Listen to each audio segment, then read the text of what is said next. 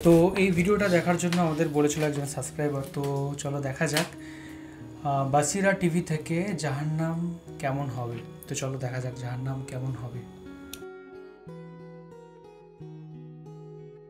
والذين يقولون ربنا اصرف عنا عذاب جهنم إن عذابها كان غراما إنها ساءت مستقرا ومقاما আমি সাক্ষ্য দিচ্ছি আল্লাহ ছাড়া কোনো মাবুদ নেই এবং মুহাম্মদ সাল্লাল্লাহু আলাইহি ওয়াসাল্লাম তাঁরই রাসূল। নিশ্চয়ই আল্লাহ সত্য, তার ফেরেশতারা সত্য, তার কিতাব সত্য, তার রাসূলগণ সত্য, কিয়ামতের দিবস সত্য, কদর সত্য, জান্নাত সত্য, জাহান্নাম সত্য। জাহান্নাম সেই নাম যা থেকে আমরা যতটুকু সম্ভব দূরে থাকতে চাই, যে নাম শুনলেই আমরা তা মস্তিষ্ক থেকে দূরে ঠেলে দিতে চাই। জাহান্নামী হওয়া তো দূরের কথা, আমরা এই নিয়ে চিন্তাও করতে চাই না। কিন্তু জাহান্নাম সত্য এবং আল্লাহ আমাদেরকে এর ব্যাপারে সতর্ক করেছেন। আপনার নিজের সন্তান যদি আগুনের দিকে হাত বাড়ায়, আপনি বলবেন না তাকে আগুনের মতো ভয়াবহ বিষয়ের কথা বলে লাভ কি? ছোট মানুষ এসব কথা শুনলে ভয় পাবে।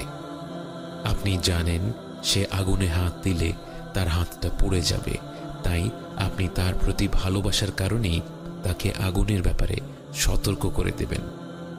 পবিত্র কোরআনে যে বিষয়গুলো বারবার এসেছে তার মধ্যে একটি হলো জাহান্নামের ব্যাপারে সতর্কতা, কারণ আল্লাহ জানেন এই বিষয়ে মানুষ অনেক বেশি খামখেয়ালি। আল্লাহর রহমত অসীম এ কথা ভেবে অগণিত বান্দা জাহান্নামকে ভুলে সেই ভয়ঙ্কর পরিণতির দিকে নিজেদের ঠেলে দেবে। আল্লাহ জাহান্নামকে সৃষ্টি করেছেন অবিশ্বাসী মুনাফিক বান্দাদের জন্য এবং এমন সব বিশ্বাসীদের জন্য যারা অনেক বেশি পাপ অর্জন করেছে। জাহান্নামের আছে এক অতোষণীয় ক্ষুধা। সূরা কফে আল্লাহ সুবহানাহু ওয়া তাআলা বলেন, একদিন আল্লাহ জাহান্নামকে জিজ্ঞেস করবেন, তোমার পেট কি ভরেছে? জাহান্নাম বলবে, হাল মিন মাজিদ, আরো কিছু আছে কি? রাসূল সাল্লাল্লাহু আলাইহি ওয়াসাল্লাম বলেন, জাহান্নামের প্রান্ত থেকে এর ভেতর একটি পাথর ফেলে দিলে সেই পাথর 70 বছর ধরে পড়তে থাকলেও এর তলায় পৌঁছবে না। জাহান্নামের আছে অনেকগুলো স্তর, যে যত নিচের স্তরে থাকবে তার শাস্তি তত বেশি কঠিন। সহিহ মুসলিমের হাদিসে এসেছে, রাসূল সাল্লাল্লাহু আলাইহি ওয়াসাল্লাম বলেন, তার চাচা আবু তালেব জাহান্নামের বাসিন্দাদের মধ্যে সবচেয়ে হালকা শাস্তি পাবেন। এই হালকা শাস্তি হলো তাকে আগুনের এক জোড়া জুতো পরিয়ে দেওয়া হবে, যার তাপের কারণে তার মস্তিষ্ক ফুটতে থাকবে। আল্লাহ যেন আমাদেরকে জাহান্নাম থেকে রেহাই দেন। আল্লাহ যেন আমাদের পরিবার পরিজনদেরকে জাহান্নাম থেকে রেহাই দেন। জাহান্নামের সবচেয়ে নিম্ন স্তরের জায়গা হবে মুনাফিকদের এবং তারা ভোগ করবে সবচেয়ে ভয়াবহ শাস্তিগুলো।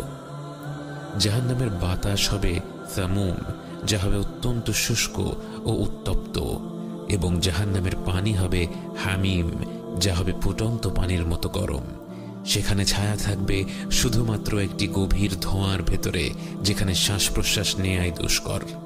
জাহান্নামের আগুনের তাপ হবে পৃথিবীর আগুনের চেয়ে 70 গুণ বেশি। যে পৃথিবীর আগুন এক মুহূর্তের জন্য আমাদের শরীর সইতে পারে না, আমরা কি করে জাহান্নামের আগুন সহ্য করার কথা ভাবতে পারি? জাহান্নামীদের উদ্দেশ্য করে আল্লাহ তাআলা বলেন, فذوقوا فلن نزيدكم إلا عذابا জাহান্নামে প্রতিনিয়ত শাস্তি বাড়তে থাকবে। প্রতিদিন যে শাস্তি দেয়া হবে তা তার আগের দিনের চেয়ে বেশি হবে। অর্থাৎ এই শাস্তিতে কারো অভ্যস্ত হয়ে যাওয়ার সুযোগ নেই। একবার ভেবে দেখুন, এইভাবেই জাহান্নামের জীবন চলতে থাকবে 100 বছর নয়, 1000 বছর নয়, বরং অনন্তকালের জন্য। কোটি কোটি বছর পার হয়ে যাওয়ার পরেও শাস্তির পরিমাণ প্রতিনিয়ত বেড়েই চলছে। আল্লাহ যেন আমাদেরকে রেহাই দেন। এমন ভয়াবহ শাস্তির কথা ভাবলে আমাদের মনে প্রশ্ন আসতে পারে, মানুষ পাপ করেছে 70-80 বছর, তাহলে তার শাস্তি অনন্তকালের জন্য কেন? এর কারণ হচ্ছে তার জীবন শেষ হয়েছে আল্লাহর হুকুমে। তাকে যদি অনন্তকাল বেঁচে থাকার সুযোগ দেয়া হতো, সে অনন্তকাল আল্লাহর অমান্য করে যেত, সে অনন্তকাল অন্যের হক নষ্ট করে যেত, সে অনন্তকাল অবিচার করে যেত। তাই আল্লাহ সূরা নাবাতে বলেন, জাযাআন ওয়িফাকা, এটাই উপযুক্ত প্রতিফল, এটাই উপযুক্ত শাস্তি।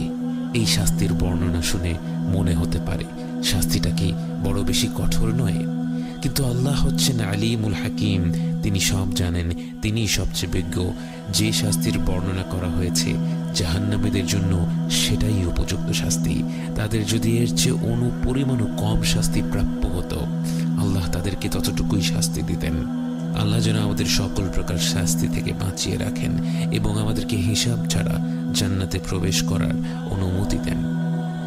জাহান্নামের বাসিন্দাদের দেহ হবে আকারে অনেক বড়, তাদের চামড়ার পুরুতা হবে 42 যিরা এবং 1 যিরা হচ্ছে প্রায় 3 ফিট, অর্থাৎ তাদের চামড়া হবে প্রায় 120 ফিট পুরু এবং তাদের শরীরগুলো হবে উহুদ পাহাড়ের মতো প্রকাণ্ড। তাদেরকে এত বড় শরীর দেওয়ার কারণ হচ্ছে তারা যেন তাদের শাস্তিগুলো আরো প্রবলভাবে অনুভব করতে পারে। জাহান্নামীদের খাবার হবে দরিয়া, যা না ক্ষুধা মেটাবে না কোনো পুষ্টি দেবে। এছাড়া জাহান্নামীদের জন্য থাকবে যাকুম নামের এক গাছের ফল, যা খাওয়ার পর গলিত পিতলের মতো তাদের নাড়ি ভুঁড়ি পুড়িয়ে দেবে। এবং তাদের পানীয় হবে হামিম, যা হচ্ছে ফুটন্ত পানি, যা পান করার পর তাদের তৃষ্ণা কমবে না বরং বৃদ্ধি পাবে। এবং গসাক, যা হচ্ছে জাহান্নামীদের পোড়া মাংস থেকে বের হওয়া তরল বস্তু। আল্লাহ আমাদের উপর রহম করুন, আল্লাহ আমাদের জাহান্নাম থেকে রক্ষা করুন। যারা দুনিয়াতে মদ্য পান করেছে তাদেরকে জাহান্নামে পান করানো হবে তিনাতুল খাবাল, যা হচ্ছে জাহান্নামীদের গা থেকে বেরিয়ে আসা পুজ এবং ঘামের মিশ্রণ। আমাদের মধ্যে যারা মদ্য পান করেছি তারা যেন প্রত্যেকে তা থেকে তওবা করে ফিরে আসতে পারে। এসব খাদ্য এবং পানীয় বিদঘটে এতটা কষ্টদায়ক হওয়া সত্ত্বেও জাহান্নামীরা এগুলো খাবে এবং পান করবে। তাহলে ভেবে দেখুন তাদের অবস্থা কতটা ভয়াবহ হবে। জাহান্নামীদের কাপড় হবে আগুনের তৈরি এবং গলিত তামার তৈরি। মুসলিম শরীফে বর্ণিত হাদিসে এসেছে, আল্লাহ জাহান্নামের সবচেয়ে কম শাস্তি পাওয়া ব্যক্তিকে উদ্দেশ্য করে বলবেন, তোমার কাছে যদি গোটা পৃথিবীর সমান ধন সম্পদ থাকতো, তুমি কি জাহান্নাম থেকে রেহাই পাওয়ার জন্য তা দিয়ে দিতে? সে বলবে হ্যাঁ। আল্লাহ তখন তাকে বলবেন, আমি তো তোমার কাছ থেকে এর চেয়ে আরো অনেক অল্প কিছু চেয়েছিলাম। আজকে আমরা পৃথিবী ভর্তি সম্পদের জন্য নয়, বরং অল্প কিছু টাকা পয়সার জন্য আমাদের দিনকে ভুলে যাই। আল্লাহ যেন আমাদের হেফাজত করেন। যারাই এক আল্লাহকে বিশ্বাস করেছে, তার সাথে শিরক করেনি, তারা এক পর্যায়ে জাহান্নাম থেকে মুক্তি পাবে। প্রত্যেক ব্যক্তি যার পাপ ক্ষমা করে দেয়া হয়নি, সেই পাপের জন্য সাজা পাবে। কোনো কোনো পাপ আল্লাহ সরাসরি ক্ষমা করে দেন, কোনো কোনো পাপের শাস্তি আমাদের পৃথিবীতেই পেতে হয় এবং সেটাই হচ্ছে সবচেয়ে হালকা শাস্তি, যদিও দুনিয়ার জীবনে তা আমাদের কাছে অসহনীয় মনে হয়।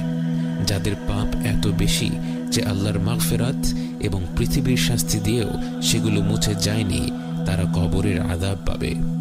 কবরের আযাবের মাধ্যমেও যাদের সব পাপ মুছে যায়নি, তারা জাহান্নামের আযাব পাবে এবং সেখানে কতদিন তাদের থাকতে হবে তা নির্ভর করবে তাদের পাপের উপর।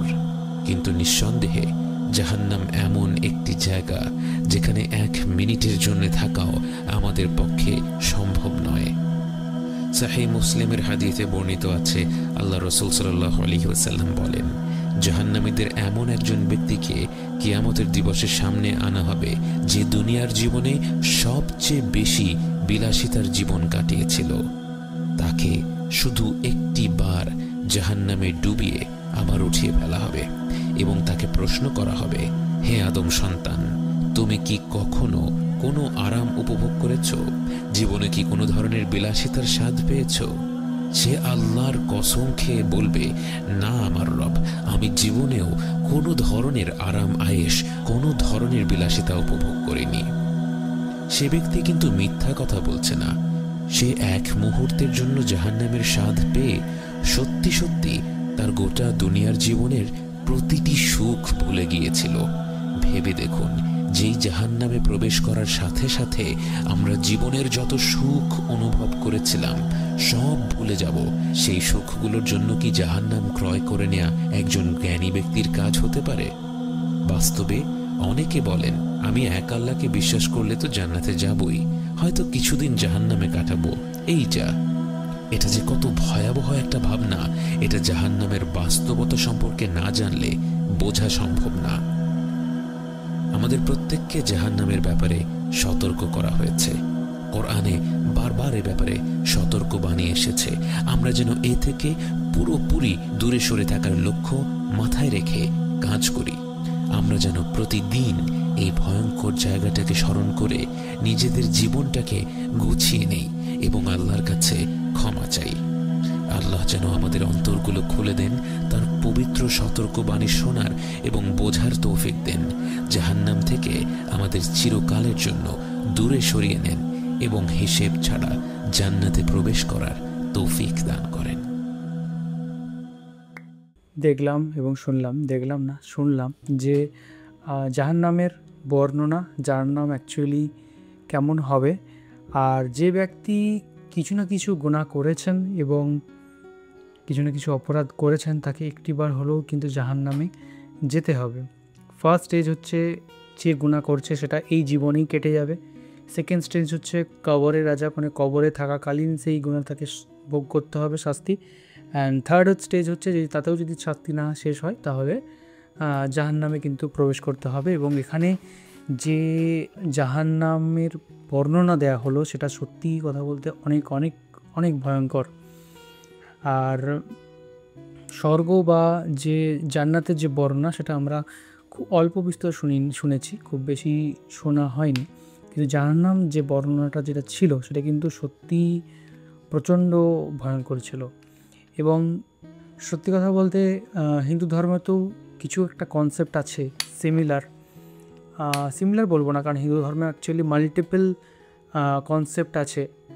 যেমন স্বর্গ নরক এই ব্যাপারটা যেমন আছে, দেবলোক, স্বর্গলোক, তারপরে পাতাল লোক, নরক, বিভিন্ন রকমের কনসেপ্ট আছে। এবং যেখানে এরকম টাইপেরই বলা হয়েছে যে তুমি যদি খারাপ কাজ করো তাহলে নরকে যাবে, ভালো কাজ করলে তুমি স্বর্গে যাবে।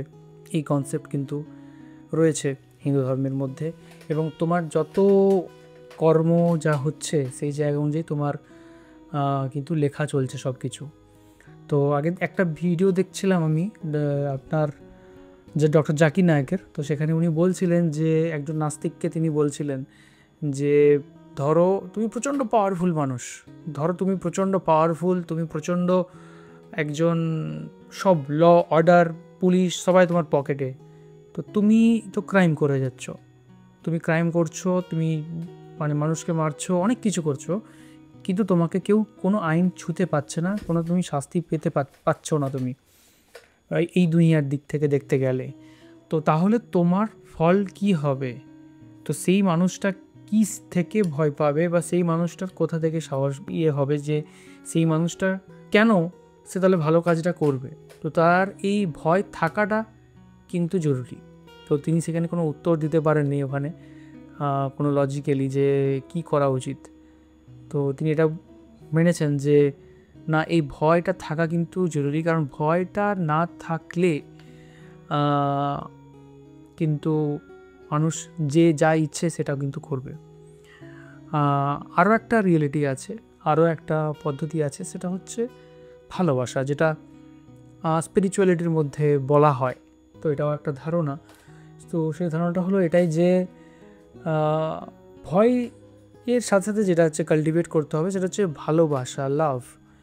যখন আমি এটা দেখব যে আমার সাথে অন্য মানুষের, আমার সাথে অন্য প্রাণীর, আমার সাথে এই পৃথিবীর কোনো ডিফারেন্স নেই, এই প্রকৃতি, এই বিশ্ব, এই সব কিছুই মধ্যে দিয়ে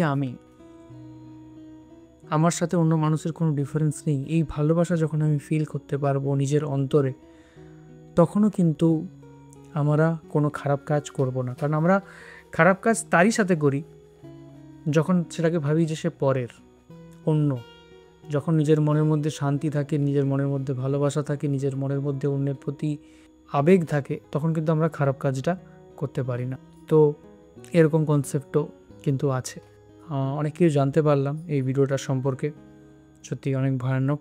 অ্যান্ড সকলের উচিত যে ভালো কাজ করা, শান্তি থাকা। আরেকটা জিনিস যেটা আমার মনে হয় সেটা হচ্ছে, আপনি জান্নাতে যাবেন নাকি জাহান্নামে যাবেন, কোথায় যাবেন জানি না, বাট আপনি যদি ভালো কাজ করেন প্রতিদিন, অ্যান্ড অন্যের প্রতি ভালোবাসা আপনার হৃদয়ে থাকে, সম্মান যদি আপনার হৃদয়ে থাকে, তাহলে প্রতিটা দিন আপনি অন্তরে কিন্তু একটা সুখ পাবেন, প্রচণ্ড আনন্দ পাবেন, প্রচণ্ড একটা ভালো শান্তি পাবেন। আর যারা আজকে খারাপ কাজ করছে না, যারা আজকে অন্যকে ক্ষতি করছে, ঠকাচ্ছে, করছে, তারা ওই বিছানাতে শুলে না শান্তির ঘুমটা কিন্তু পাবে না। তাদেরকে হয় পিলসের অভাব নিতে হবে, নয় নেশাগ্রস্ত হতে হবে, কোনো রকমে তার ব্রেনটাকে হিট করে তারপর তাকে কিন্তু শান্তির ঘুমে যেতে হবে, বা অশান্তির ঘুমে কিন্তু যেতে হবে। তো কিছু ক্ষেত্রে তো শাস্তি ডেফিনেটলি আপনি এই ওয়ার্ল্ডেই পেয়ে যাবেন। তো এটাই ছিল আমার বক্তব্য। তো thank you so much recommend করার জন্য। আমরা জানলাম এই বিষয়ে প্রথমবার, এর আগেও হালকা ফুলকা জেনেছি, এটা একটু ডিটেলসে আই থিঙ্ক বলা হয়েছে। তো কেমন লাগলো সেটা অবশ্যই বললো। আমাদের যা ভিউ সেটা আমি শেয়ার করলাম, আপনাদের যে মন্তব্য সেটা অবশ্যই শেয়ার করবেন। ভালো থাকবেন, সুস্থ থাকবেন, একে অপরকে সম্মান জানাবেন, আর দেখতে থাকুন আমাদের চ্যানেল এরকমই ভিডিওর জন্য। তো চলুন, টাটা।